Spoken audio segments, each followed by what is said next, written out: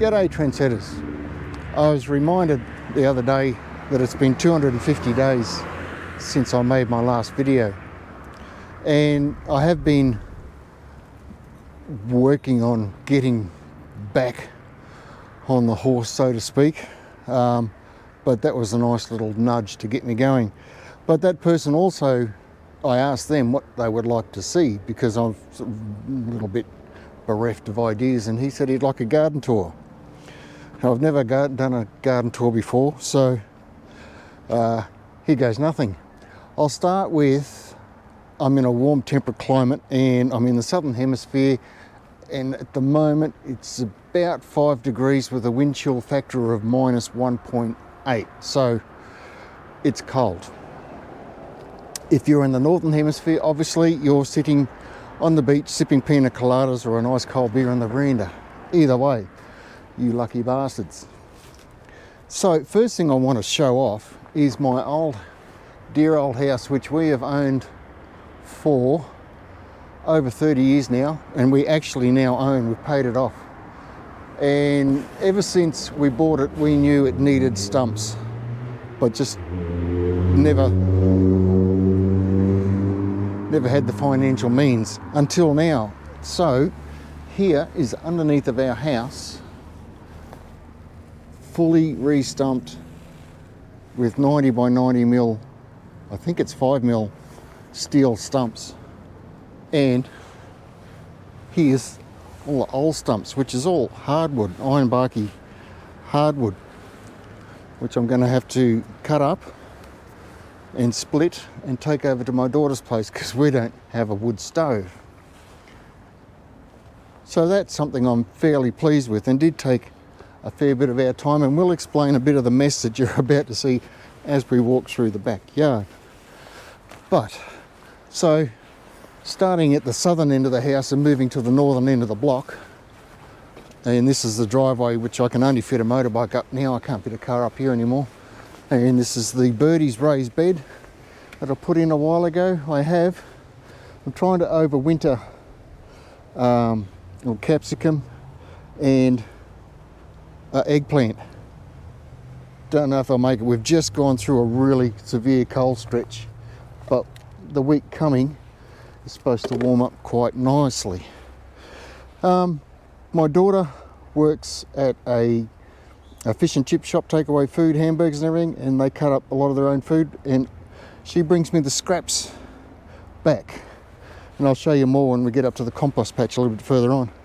But it's always got these cut off, just the green bits have been cut off, and the white bits of the spring onions are always left behind, so I keep on bunging them in the ground, they keep on growing, and I've got spring onions everywhere. The person who also asked for the garden tour also wanted to know what I was planning, or what was coming up with the planting. So I've got a little patch here, and I want to put some late mini cabbage in this patch in here.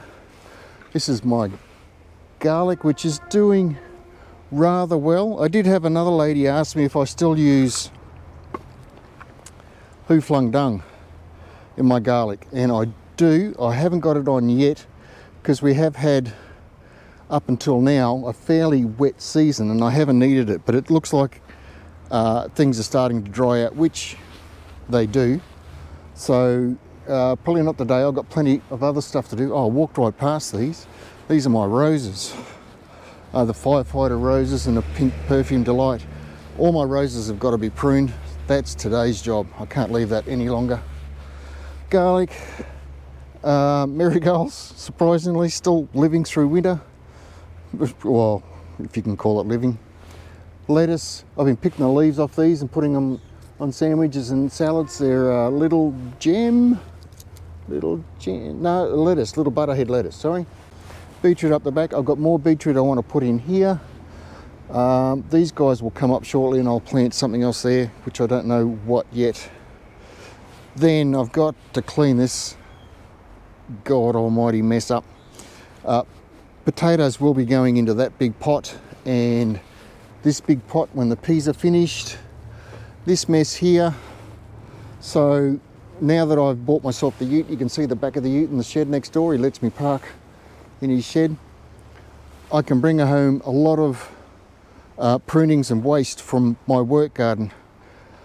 So there's about a ute full of waste there that has to go through my little chipper, which I will also show you in a minute. Cardboard's also the same. So this is sort of a dumping spot, but it's also, I'm in the process, a slow process of preparing it to get a second birdie's raised bed in here.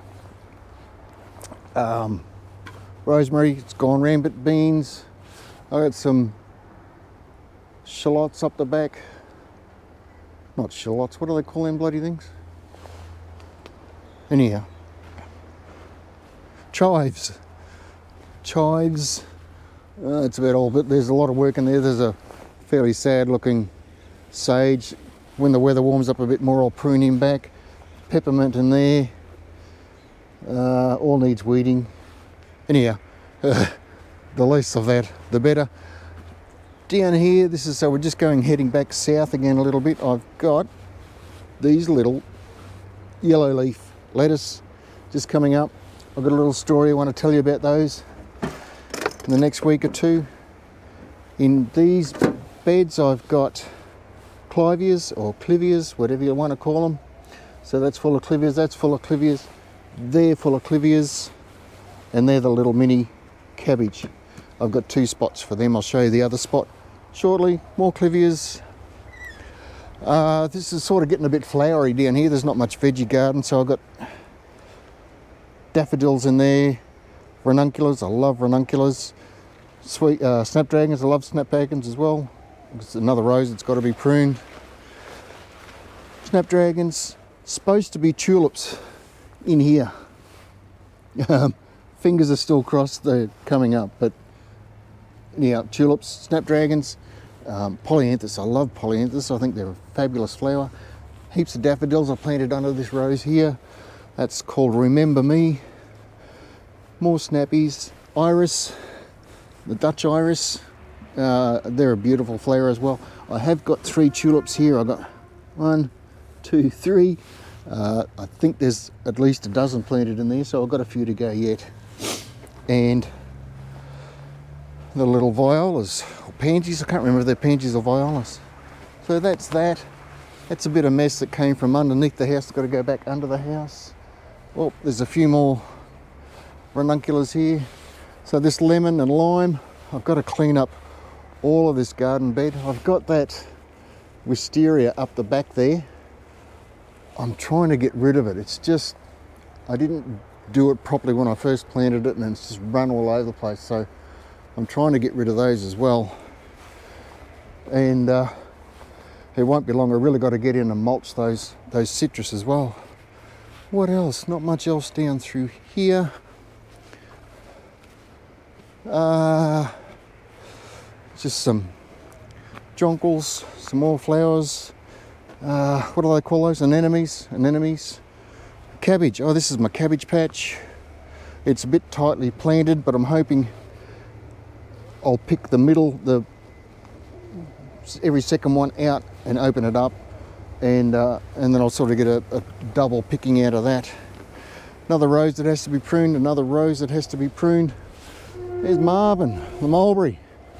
So he's obviously struggling in the cold. I just gave him a top dressing of ℏ𝕃. Oh, that's my globe artichoke, another rose. I'll probably, when the weather gets a little bit, it is showing signs of growth, so it's not too worried about the cold. I'll also give it a mulch with ℏ𝕃. These little jonquils here, just gorgeous. Can you smell them? So the clump is getting a bit thick. When the foliage has all died down, I will lift them up and spread them out a bit and replant them. I've also bought myself some liliums, which you can't see. 5 different varieties to see which one does better than the others. Like there's Asiatic, and then I don't know, it goes on and on and on. Another lilium in there, and this is my broad beans. Only planted a little while ago. They're coming up. Should be nice spring crops of broad bean coming up. Broad bean, Bacon and broad bean risotto is a bit of a specialty of mine. Right beside the broad beans, so this is all kind of newish in here. I had a big plum tree here and a box tree I planted for whatever reason, I can't remember now. The plum tree is all but gone. It's fulfilled its life expectancy. They're coming out, thank you ℏ𝕃𝕼. And this will be my potato patch. So I've got to clean this up. This is another job I've got to do today. Clean this up, dump a heap of compost in it because it's basically just had a big old salvia growing in it for the last, I don't know, 10, 15 years or something. That's today's a heap of compost. I'll also throw a couple of bags of cow manure and maybe some mushroom compost in there as well. That's that. Across the road here, just more flowers. It's a pretty little carnation here. That's just gorgeous. These are all little dianthus. More snapdragons. Little strawberry patch here. They're just getting a go on as the days get longer and get warmer. Shouldn't be long before I'm getting strawberries. Another rose. I just bought that rose this year. A ℏ𝕃𝕼𝔸𝕊𝔼, something like that. It's supposed to be highly perfumed. So all my I won't plant a rose in my garden unless it's got a perfume, because a rose without a perfume is kind of like a, I don't know, a car without wheels. It just doesn't make sense to me anyhow.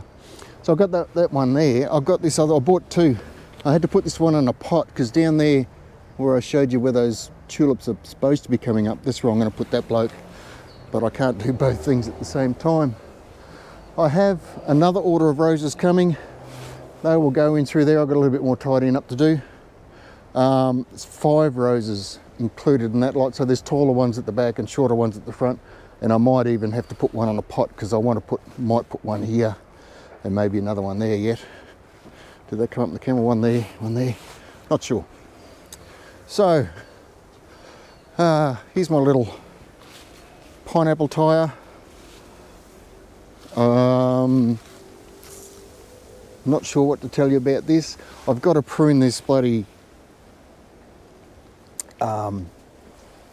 ornamental ginger right down. I'll cut all that up and put it through the compost so they can get more light.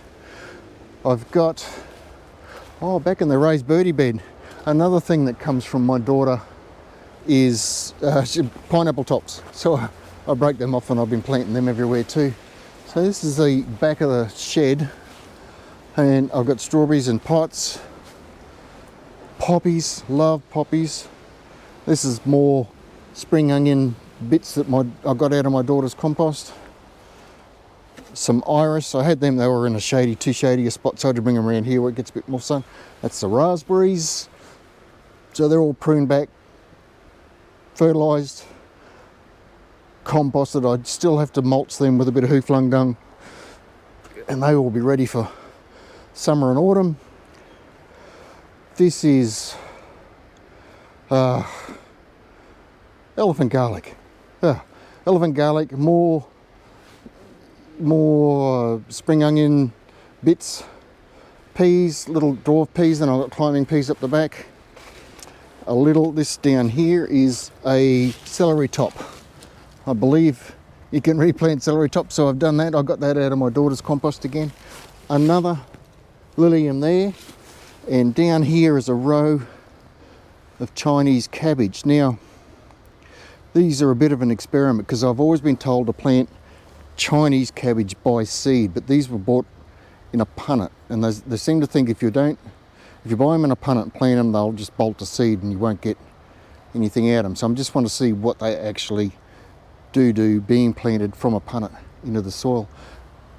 There's not a whole lot I do with my soil preparation. These are all fairly established beds. They do get a couple of good buckets of compost. Compost just goes everywhere around here, and sometimes there's a particular brand of cow manure I use which just helps to hold the soil together because it's a fairly loamy soil, so it holds the soil together and retains a bit more moisture.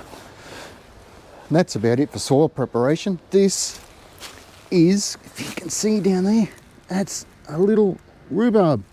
I only planted that last week. It was just a little knob about that long. I thought, geez, it cost me $12 or $13. I thought, wow, I didn't have high hopes. But anyhow, so far so good. And I'll have rhubarb again. Obviously, if you know anything about rhubarb, you'll grow it this year, maybe next year, the third year before you harvest. So that's a bit of a long-term project. Right, 2 last stops. We're almost at the northern end of the block. I tend to break it up into quarters. So you got the front of the house, behind the house, then you got this section here. I tried to make it, what do they call them? Little garden rooms. That's what the hedges are for. So that's one garden room through there, and then this is another garden room up and through there into there. That's a big camellia hedge. And there's my little gate that I never close. Right, and this is the back, the business end. I'll go down to the compost first. So I have 8 of these ℍ𝕇 compost bins. It's 1, 2, 3, 4, 5, 6, 7, 8. The 8th one is basically storage. So all the raw materials get dumped in here. This is where it all starts. Oh, did I show you my mulcher? I didn't. I walked straight past it. Hang on, we'll go back down and have a look at the mulcher. It's only a little electric mulcher. I didn't think it would do much of a job, but if you keep new, fresh, sharp blades in it, it's amazing how much work it will get through. So all of that stuff that I showed you over there that has to be mulched will go through this little bloke. This one's called a talon, but they're multi-stickered. Like there's 10 different people buy this and put their own brand on it, and away you go. I've had this over 20 years, easy. And apart from new blades, I don't think I've had to do anything with it. Just keep on stuffing branches through it and mulching it up. There is a bit of a technique, but you work it out over time. And it does a fantastic job. So back up to the compost. How's my garden tour going? I'm not really good at this, am I? Anyhow, I hope you're still here. Right, so this is some of the stuff. That went through the mulcher last week, obviously.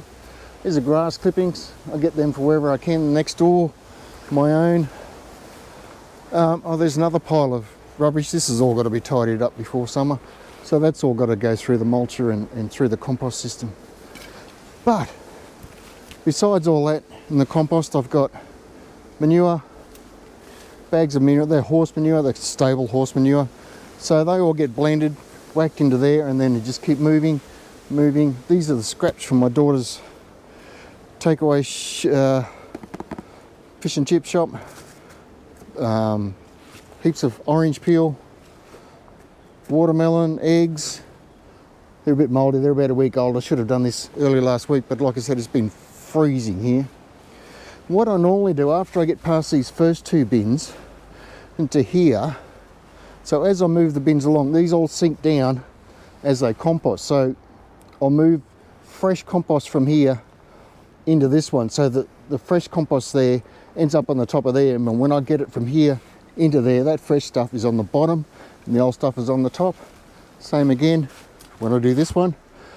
Take the fresh stuff off, fill that one up, and then that one goes across to there. The old stuff's on the bottom, the usual stuff's on the top. And that's just storage, which I think most of this will probably go, well, it's nearly full, but most of that will go into the potato patch and the potato bed. All right, we're nearly there. I have more manure. Like I said, it's a mess. I am time poor. I've got a full-time job. I also mow a few lawns for a bit of extra money. because I really want to do more work on the house. There's my mandarin trees, a few mandies up the top there. They're lovely. It was a great crop this year too. It's still going. Now, oh, lucky last. I have thought, or I saw a video. Okay, back to the beginning, Stuart. Let's turn this around. So, in summer, late spring, summer, and even right into autumn, I basically can't get out into my backyard for mosquitoes. And it just drives me crazy. And I saw a video from a bloke on YouTube saying dragonflies. He's virtually or basically eradicated mosquitoes in summer in his backyard by inviting dragonflies into the garden. So I thought, well, I've got nothing to lose. One dragonfly, he says, can eat up to 1,000, well, not only him, I've read it several times now, 1,000 mosquitoes a day. So if I can attract a dozen mosquitoes, I've got a dozen mosquitoes. If I can attract a dozen dragonflies into my yard, what's that? 12,000 mosquitoes less per day. It's got to work. So that's what the bathtub's for. Apparently what is it, about an 8 metre square pond up to 2 foot deep is ideal, but I haven't got that sort of space here. So the bathtub full of water is about 2 foot deep, which is supposed to be enough for dragonfly larvae to live in. Throw in a few aquatic plants and a few other things, then hopefully I can attract dragonflies to my backyard and ease the mosquito pressure, because they are horrible. I mean, you're basically just wiping black off your arms, they're that thick. So that's a project. I've got to dig it into the ground a bit, fill it up with water, get the plants and blah, blah, blah, blah, blah. I'll obviously update that as we go along and see how we're travelling and see how we go with getting dragonflies. But I think that's it. Oh, right. Back again. I nearly forgot this, but this is, I'll just turn this around slowly, and this is my neighbour's backyard, and he's kindly loaned me this little patch behind the shed. Now last year I grew 2 pumpkins in there. I just threw down a whole heap of wood chip, planted into a bucket of compost, and I think I got about 9 or 10 pumpkins out of that. Fantastic. But I'll do pumpkins, but I'll only do one in there this year. I want to try and get some corn. Not sure what else. I've got this little patch here. I'm going to put some of those mini cabbage in just to start with, see how they go. So that's a work in progress. It's virgin soil. It's actually been cut away in that top corner there. So that might be not real great up in that corner. But this end here should be all right for growing cabbages and corn and stuff like that. So, thanks to the neighbour, I've got a little bit more room to grow more stuff. Well, that's about all I can show you. There's not a lot going on at the moment. Like I said, it's the middle of winter. This patch here that I've got to clean up, that will be my tomato patch. There's an old pumpkin still there. There's still a bit of green on that vine, so I'll leave that as long as I can before I pick that pumpkin. Oh, I'll show you this just for a giggle. But I'll let it grow up through my camellia hedge there, and look at that. Pumpkins. They'll grow anywhere. That was self-sown too. It came up by itself. I didn't plant it. Would have came up through the compost, I imagine. All right. So, hopefully I'm back. Or hopefully I don't go away for as long as I did again. I did have, I suppose you can call them mental health issues. I just had no confidence, no self-belief. I guess all those things add up over time. I've been seeing a psychologist who's helped me greatly. I still get anxious and nervous and get down on myself, but not as or nowhere near as bad as I used to. So there you go. That's my garden. What do you think? Let me know. I'd love to. any feedback. I feel like I just rambled for 20 minutes and I don't know if I made any sense. So perfect. Okay. Cheers. Thanks for watching. If you're still here, wow, congratulations. You're a champion. And we'll see you when I talk to you about those lettuce. That was a nice little story. Hopefully that'll be a nice little story for you. All right. Cheers.